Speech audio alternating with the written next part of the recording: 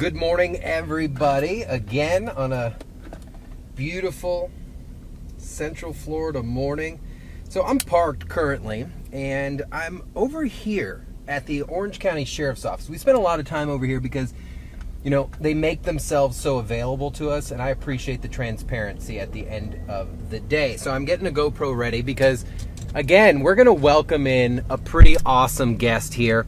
And you know what makes me feel really blessed is every time, not every time, a good amount of the time that something really amazing happens within a local police department, I would say 80% of the time I know or have an affiliation with that member. And that just really makes me happy because it lets me know that I'm surrounding myself with good people, and that you should know we have amazing people patrolling and taking care of us here in Central Florida. Now, speed, the most common violation that we see all the time, and the most dangerous. It happens all the time. It is a constant thing I think we do, and we think it's never going to hurt anybody. But what just happened was a local deputy, the Corporal, with the Orange County Sheriff's Office, got a vehicle's speed at excess of 130 miles an hour. What in the world are you thinking with that type of speed? That's kind of crazy. So he stopped the driver, and unbeknownst to him, the driver was young, under the age of 18. So he decided to call their parents. Now, the number one thing no cop ever wants to happen, and I say this with humor, is to go viral. In a day where everyone has cameras on them, the last thing we want is to go viral for any reason at all. But he went viral all over the world. The BBC picked it up. The body cam video was seen everywhere. So we're going to pick him up here, and he's going to hop in right here into the passenger seat. Camera's working nicely there. Let's go pick up Corporal Ritger, Greg Ritger with the Orange County Sheriff's Office. Guy is just stand-up dude, cares so much, and is always involved. Every safety event I'm at, dignitary detail, the guy is there. And it's just really cool to know that I've got people that I'm hanging out with. So we are going to welcome Corporal Ritger into the ride here today. So we'll wait for him to come on out and get in here. But part of what we want to do is really talk about why we see these speeds, what's happening, and what we can do to prevent them. So Corporal Ritger has a long experience with stuff like this. I'm going to wave him right on in. Oh, he's got his motor uniform on. He's got his boots going on. How are you, sir? Good calling me Steven. Yes, sir. Ladies and gentlemen, Corporal Ritger in the ride today. Corporal, Good morning. you. Thank you. So I'll give you a rundown real quick what's going on. This is Results 1. Welcome. Beautiful truck. Thank Beautiful you. Truck. It's everyone's always like, dude, you thought your trooper car was nice, and then you got the news truck, and it's a little fancy. So we got a camera here. I've got a camera there. A little special GoPro that I'll move around for you. I'll control all this stuff. We're streaming on clickorlando.com, News 6 Plus, and the News 6 app. And hopefully you won't go viral again. Well, man, hey, for a good reason. If it gets a message out, then I'm all for it. Absolutely, man. So, all right, let's hit the road, and we'll be back in like 20 minutes. My crew here is already waiting for you. So, all right, let's learn a little bit about you first. How long you been with the SO, man? So, I'm a 19-year veteran with the Sheriff's Office. About 15 years of that, I've been associated with the traffic unit and motor unit in one format or another. So did you, like, as a kid, come straight to being a deputy, or how did it work out for you? I joined the Army when I was 17. All right. How long did you serve in the Army? I did 12 and a half years in the Army. Heck yeah. And I did some other interesting things along the way. Okay, so before... I was in sales. I went into law enforcement late in So what's life. late for you? Like, what age did you join the sheriff's office? I was 40 years old. Yep.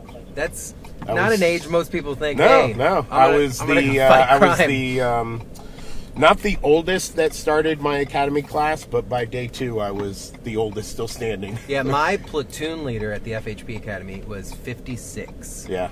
He was a retired E8 in the Marine Corps. And I was in the beginning, I was like, can we lower your radio? Yeah. Oh, Yeah. Sorry. OPD's going to something. And I was like, really, this guy? He kicked our butt. Kicked our butt. It was a pretty amazing Yeah. experience. It was definitely one of the harder things ever. So, as a deputy getting involved, most people don't think traffic right away.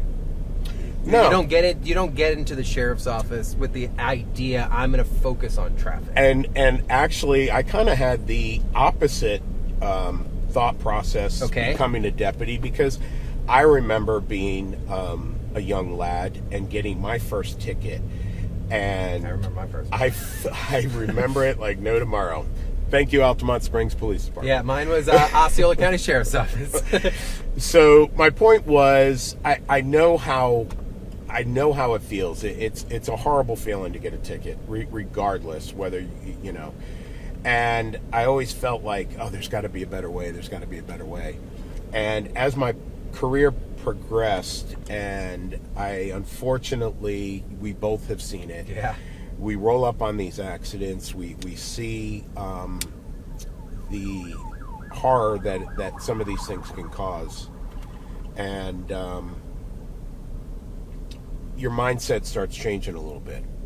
And I'm still very, very good about using discretion, and if I can adjust someone's driving behavior with just, a quick talk to or pointing out certain things, then great. Then And I think no that's the ticket needed. biggest misconception, that you get excited to come out and write tickets. And Oh, no. and for me, people look at me like I'm crazy when I tell them I don't know a trooper or even any traffic unit, whether it's a PD or a sheriff's office, that get excited for handing someone a fine for hundreds of dollars. And for people like, well, why do you go out there and do it? Well, because I don't want to show up on the crash. I don't Right. want to show up when you're wrapped around a pole and knock on your door and tell you your parents are dead. Right.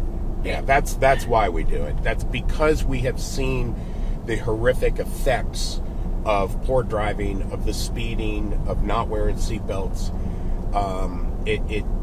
We want to tell everyone. Right. I want to tell everyone. I want to literally stop some of these 16-year-old kids, like the kid the other day, and just like a dad, and shake their shoulders and go, you need to realize you're not invincible.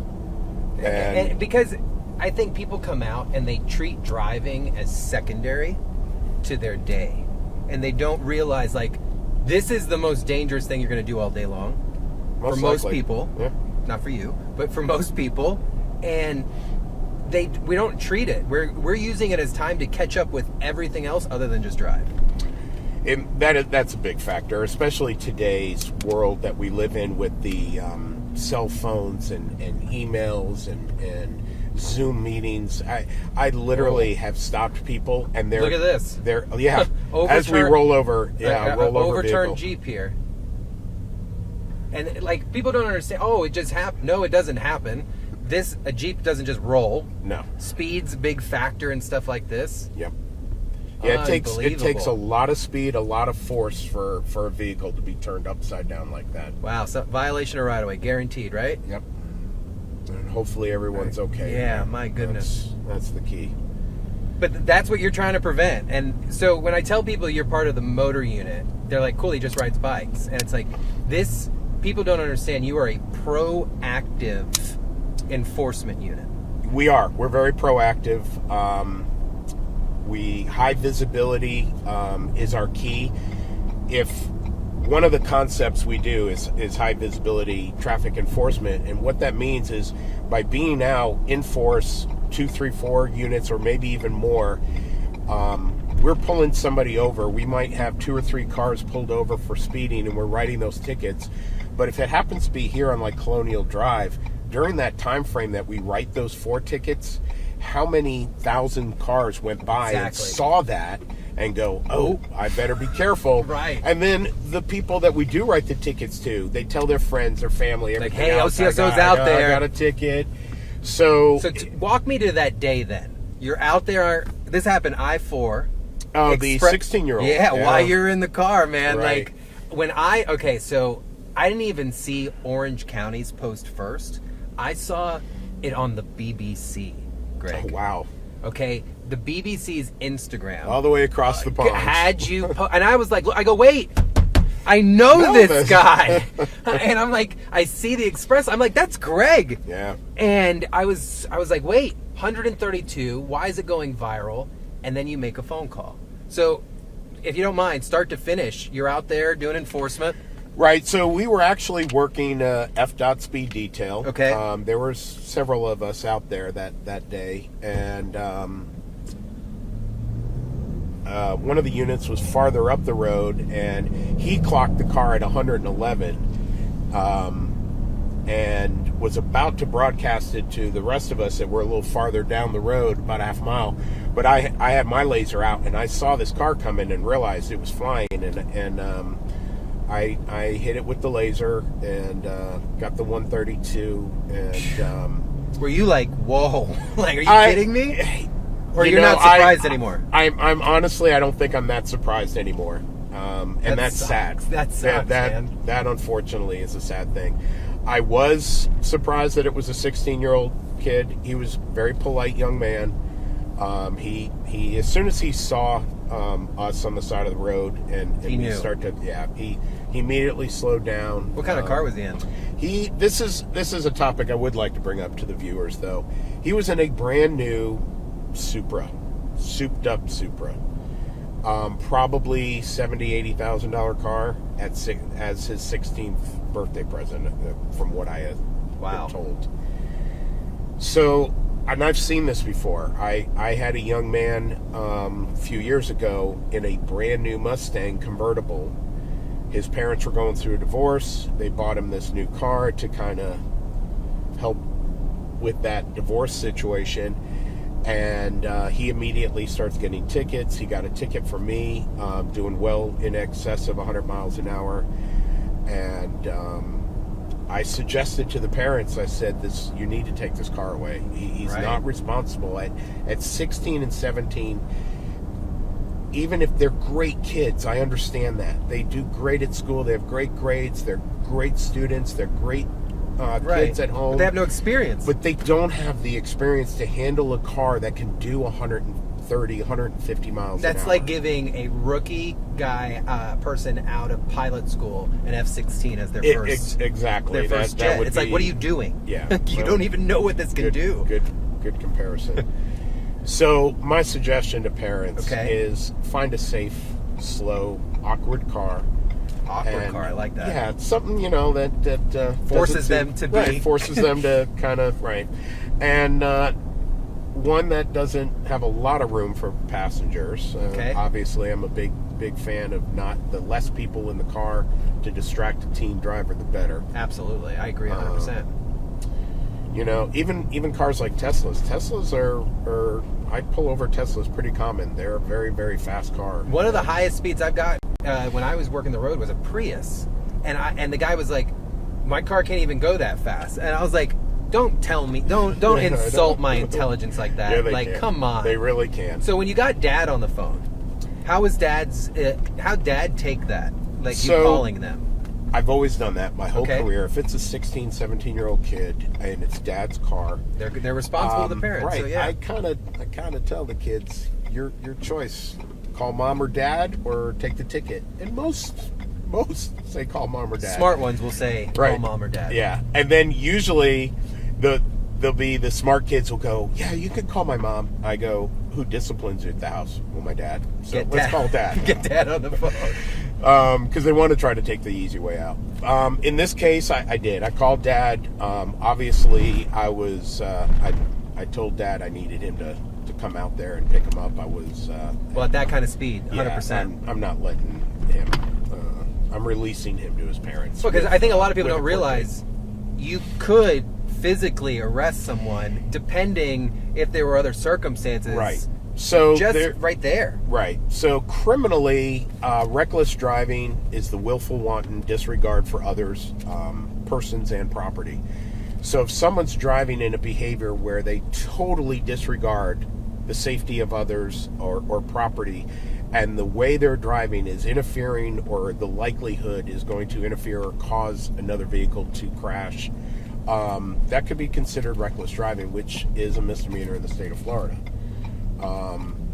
Speeding alone is not necessarily a factor, but at 132 miles an hour, where the rest of the traffic, remember, there was other traffic on the road. It was not. It was a Saturday morning. Right. I-4 is never dead empty. That's true. And at 132 miles an hour, someone just casually changing lanes at 60 or 70 miles an hour, not realizing how fast a vehicle is approaching them, is devastating. And you mentioned back during the original airtime, that would probably not have been a survivable event. And I totally agree with you. That would not have been a survivable I think people are like, event. oh, well, I had my seat, I was driving safe. Okay, but it could be someone else. Even if you could be a professional NASCAR driver. Yeah, you get Dale Earnhardt Jr. Right. in a car. Can he drive I-4 at 132 miles an hour? Absolutely. Would he, in any sense of the word, do it with other cars doing 60 miles an hour? No, because he cannot predict what those other vehicles are going to do. Right. So, and you can't react if a car doing 60 changes lanes in front of you. And then you there's brake nothing- hard. How there's many nothing times we you see can these do. videos, they brake hard, and then they lose control, and they're the single vehicle crash. Yep. So we are in the midst of back to school. I know you're probably one of the most passionate traffic deputies I know, and you come across pretty relatable. I know you don't like to harp, oh well, this, that. No, you come across as compassionate. How, if any parent watching that has to have that conversation without shoving it down their throat, how would you do it? So, give credit to my mom real quick. I remember when she was teaching me how to drive, she said something to me that it still sticks. She told me to drive in my abilities, and if I felt uncomfortable, obviously I was outside my abilities. So as a young driver, if you're driving and anything you're doing, all of a sudden you feel anxious or uncomfortable, you're outside your abilities. Like if you're getting excited while driving, yeah, that's there's not a good. problem. That's not good. Yeah, that's so a good point. to parents, obviously, whether you choose to allow your son or daughter to get their license at 16, or if you wait until 17, my kids didn't like me because they waited till they were 17. Really? Yeah, no, I all my kids, I made them wait till they were 17 to get Now, their driver's license. when they got the license, were you an active law enforcement officer? Yes. Oh, yes. Okay, so that probably played a little bit to it. It did. Seeing the things that you see. I see the things I see. So what about to a student? I don't like saying kids. The news, we say kids a lot. Students, young drivers. Like, I think one of the biggest factors, and we remember this as we were young, we felt like we were invulnerable. Nothing bad can happen to us. Right. Even if we did get into a crash, we're fine. We have a seatbelt. Or, they don't grasp the severity that a crash could cause, or injury, or other things. And I think it's just weird because when I was younger, I'm getting to the point where I can't say it was yesterday, which it's kind of funny for me now, but it's like I can recall thinking it's never going to happen to me, and then as you grow up, you start to see it happen around you. Right. Yeah. I still remember my high school. I remember a girl that was killed in a traffic crash. She sat very close to me, a couple chairs over in a class. I still remember her. Wow. Because it was impactful when we heard. Don't know if that particular case, was it her fault or not her fault? I don't know. Just the mere fact that somebody I knew died in a crash was It's all avoidable, and I Right. think that's what I get so frustrated. I preach that. I know you guys preach it.